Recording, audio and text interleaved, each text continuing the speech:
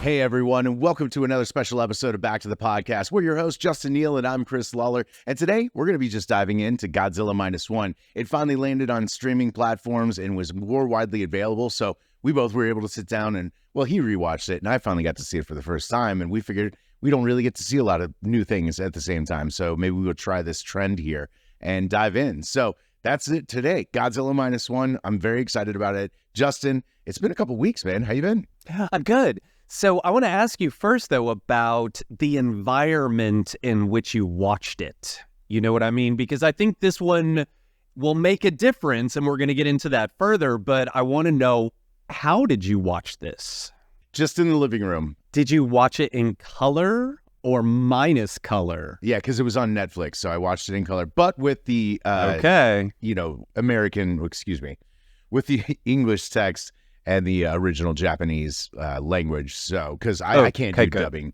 You missed the performance. Neither do I. And the performances were good, but we'll get to that. I'm with you, though, about dubbed versus subtitled. I learned long ago. I think I was like, it was in my early teenage years, I think was the first thing I tried to watch dubbed. And I was like, it was just so disconcerting to see their mouths doing one thing and hearing something else. And it was so difficult to pay attention to anything else because that was so distracting for me. Like, reading subtitles is less distracting than the mouths not syncing properly. And so from then on, I've always tried to watch everything in its original language, and I'll just read the subtitle. I 100% agree. I think it was Rumble in the Bronx was one of the first that Jackie Chan movie? Foreign movies, that Jackie Chan movie we talked about a while ago, that I saw it first with the dubbing. And then I think I was able to acquire it on video, and I was like, oh, you can watch this with just subtitles. This is way better. And that was my learning process with it. So are we ready to just dive in? Because I'm ready to just dive into it.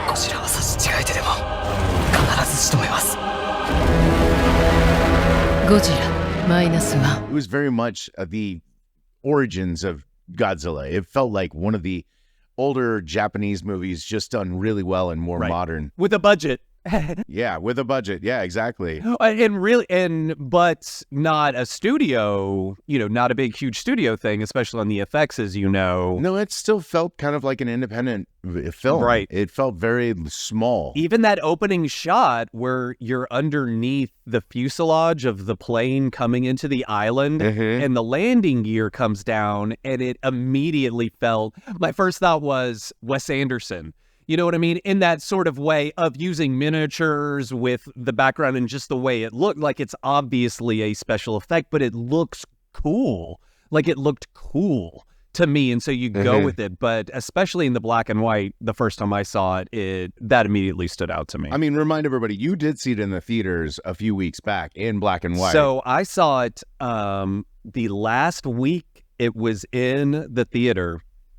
And it was a special screening that I didn't know, and it was called Godzilla Minus One Minus Color.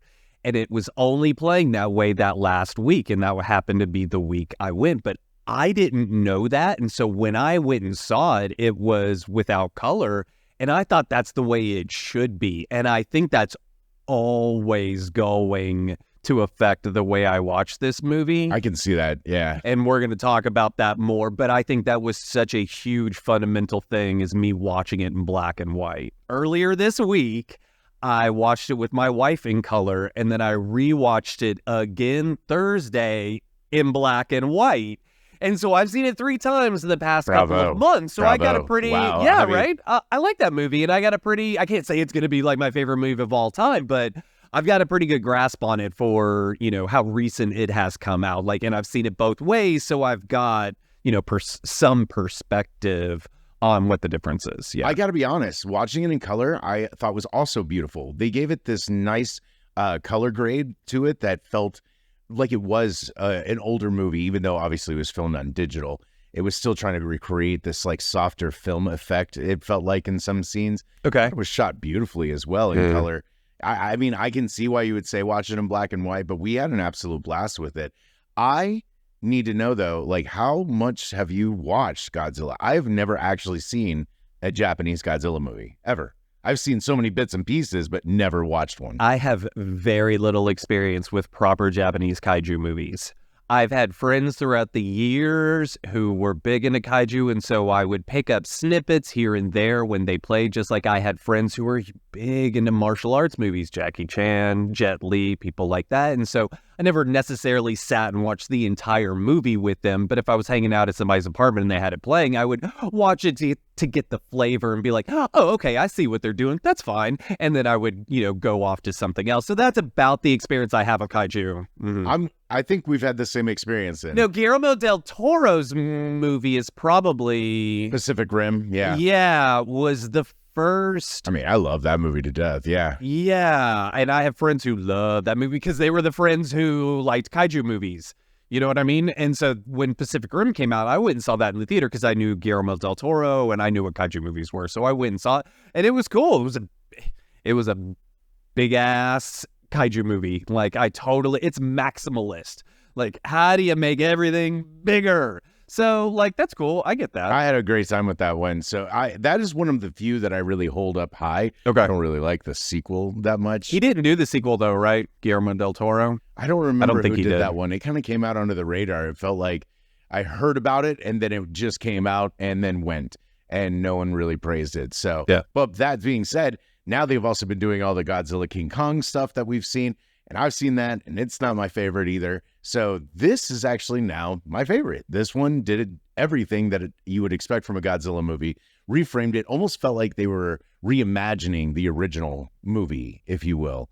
And I really appreciated a lot of what was going on there. It's a good way to say it. Modernizing things while keeping true to everything that was going on, keeping the metaphors, the allegory all there about nuclear war and everything that comes along with why they were making the Godzilla movie originally, and the rebuilding. Collective social trauma. Mm-hmm. And it was magical, man. I can't say that this is going to be one of my favorite movies of all time, but for what it is, I was pleasantly surprised. How about that? And I think the acting was superb. I was blown away by the lead actor. What was his name? I don't know the actor's name, but the character's name is Shikishima. Ryunosuke Kamiki. See, that's why I'm not going to try. But Shikishima. Yeah, you're right. Shikishima. Koichi. Yeah. Woo. This is hard. I'm trying. But he was amazing. I thought he brought a lot of gravity to the scenes he was in. Felt very believable. And there's still a culture language barrier that doesn't totally 100% always translate. But, you can relate with him and empathize what's going on and fully understand it. Yeah. You can understand that and say, like, well, yeah, that's coming from his point of view, but you can totally relate. When we talk about Fury Road, one of the things that gets thrown around, and you've said before, is that it's a perfect film. And really what I take that to mean is that there's no flaw that comes along and throws you out of it. That's what a perfect movie is. Mm-hmm. So that you're just along for the ride. That doesn't mean every single little thing is 100% magical and perfect in every single way. It's that there's just, it's lacking flaws that disrupt it. And this, I think I'm with you. Yeah. I feel like this is one of those movies that it does what it's supposed to do within its world, and you just go with it the whole time, and it hits all of its own notes. You know what I mean? And actually, I would say structurally, it is fantastic.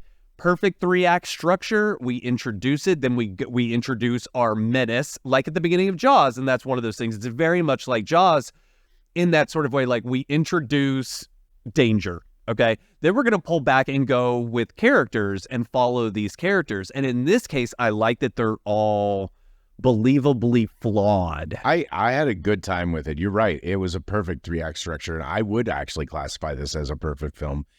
Even though it's not my favorite, I can still see how it is set up extremely well. The payoffs are there. Once again, acting is solid.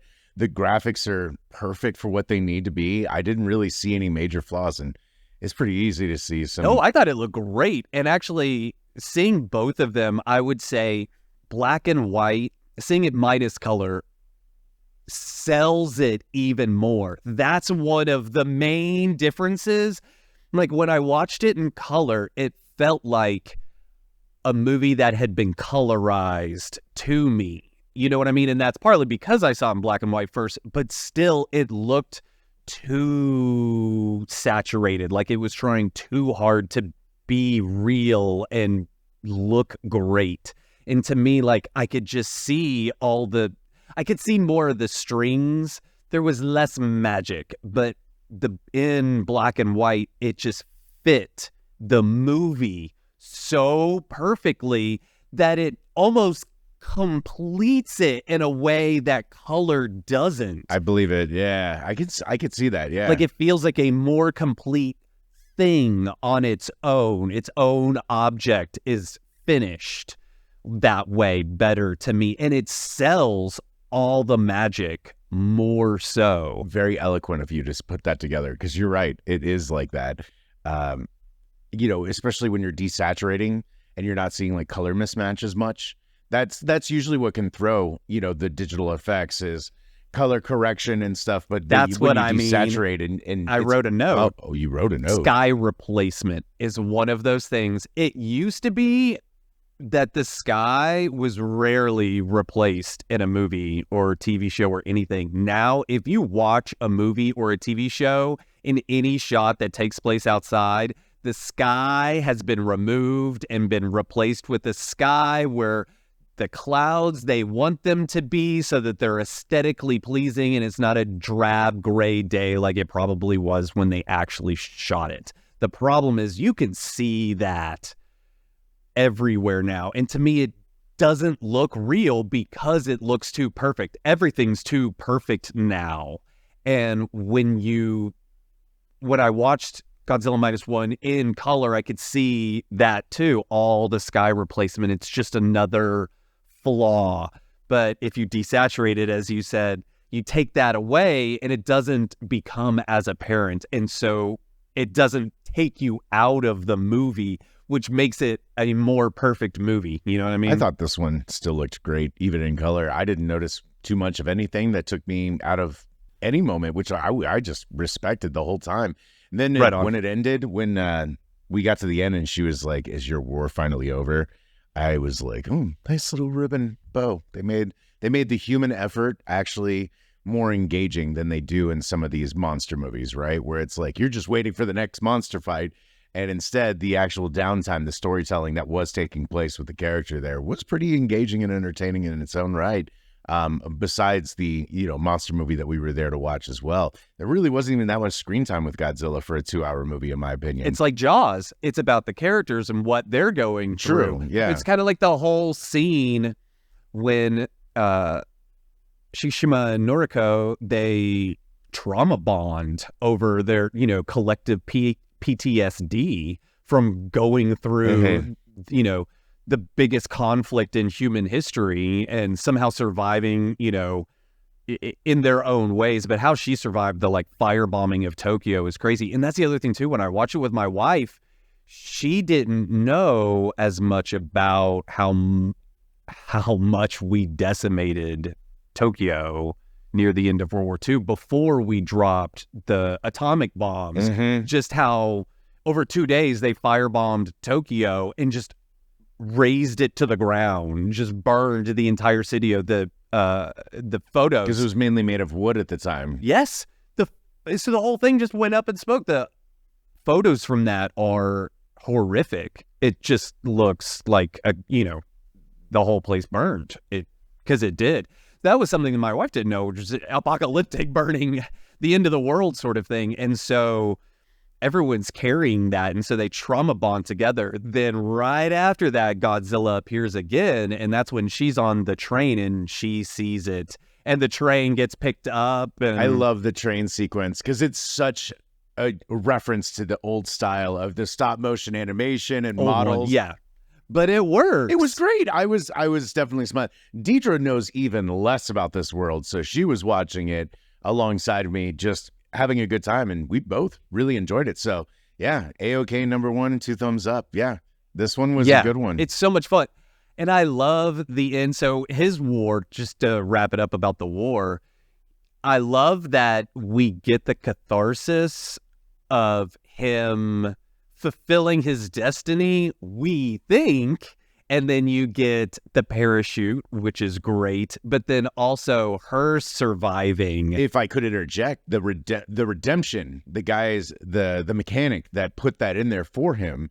obviously had forgiven him, because you remember he was so angry about what he had done. Well, for being a deserter. Yeah, exactly. And so there was just this forgiveness and this redemption, which is not necessarily a common theme, if you will, in Japanese culture and in Japanese cinema. So I really appreciated that. Well, and actually, I was wondering, I made a note about that. I was wondering if, like, would he have even, like, as soon as they didn't find anything wrong with the plane, I wonder how long he would have actually, but they're mechanics. I wonder. Wonder what?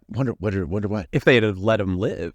You know what I mean? Like, as a deserter, like if it had become apparent, like in a military situation. I think everything was so disheveled because when he came back, there was the bombing and the air raids. I mean, he's living in some shack. I don't think they've got addresses. I don't think the government was. No, it was before that in the opening scene on the island, that first island of Odo. I was wondering if that would have played differently in real life, but it makes sense in the movie. You know what I mean? Maybe. I guess you're right. It makes sense in the movie. Yeah. He made it home somehow. You know, yeah. It's fine. Anyway, I really enjoyed that movie. I did too. I think it totally plays on so many levels. And I cannot stress enough how much I think people should watch it minus color. Yeah. Yep. Right on. Well, yeah, we didn't have to dive too deep into this one. I wish there was more to say, but I think it's a very simple story. And, you know, it's not a new IP. It's a rebranding of Godzilla, a remake. And everything gets wrapped up. And it does get all wrapped up. And it's not ambiguous. Well, they do leave the little ending thing where he starts growing back a little bit, you know. Oh, come on. But, I mean, like, with everyone's journey and, you know, it's Spielbergian in that way that everything gets wrapped up and we get, you know, subversion, like subverting your expectations, like, oh, you think it's gonna be one thing but it's not, it's heartwarming, and you think it's gonna be one thing but it's not, and you get that. And so it was nicely tied up. It was great acting across the board too. I was really enjoying even his little shipmates. We were laughing at the, you know, the comic relief that was in the movie as well. We were having a good time with it. So I enjoyed that it had energy and it had some drive, and it wasn't just a little flat thing that you were just waiting for Godzilla to be back on the screen. Not at all. I was really engaged in everything, and I really enjoyed their problem solving and coming up with their solutions and ways that they were going to take care of it, this thing. And I mean, I think that's also part of the themes and the mythos inside of here of, once again, coming back together as a community and rebuilding instead of, you know, falling apart. And now they're one of the strongest countries out there. So I think that's an underlying theme that I was picking up in there, was that all of those people coming together was a representation, obviously, of, you know, the country as a whole, and how, in the way that they were like, well, if we don't do this, who will, right? There's that whole moment where they were about to give up as that whole, because there's no one else. Group. Yeah, there was no one else. So it has to be us to rebuild. It's got to be us. It was beautiful, or man. we're not going to be here. Yeah, I mean, that was pretty much it. I'm just looking over my notes again, but that was all I really had to say. We don't do rating systems, so I don't really have anything to say, but I recommend it. How about that? This is a recommendation from Chris and Justin. I highly recommend this one. I think it ticks all the boxes. Yeah. It's an adventure film. It's got some tragedy in it. It's definitely got comedic elements. It's just a well-rounded feature film. Yeah. And that's harder to do than a lot of people realize. So when something like this happens, even though, like you said, it might not be one of my favorite movies of all time, but it's such a well-crafted feature film, I'm like, yeah, but this is a really good movie, you guys. This is really solid. You should check it out. It's rare to make something like this. It is rare. So yeah, that's really it. I mean, we're enjoying sitting down and watching these new things together. So if you guys are liking this, give it a thumbs up. Let us know what else maybe we should be checking out together soon. And of course, what did you guys think about Godzilla? Did you see it in black and white? Did you see it in color? Which one was your preference? Always let us know in the comments below. And that's really it. We've got tons more content coming out every week. So make sure you we've got some new content coming out every week. So make sure you hit that subscribe button so that you can always be notified whenever we got new stuff coming out. So that's really it. Justin, thank you so much for joining me. Thank you. Have a great night.